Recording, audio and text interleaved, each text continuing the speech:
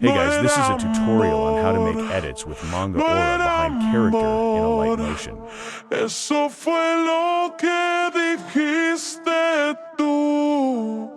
No era amor.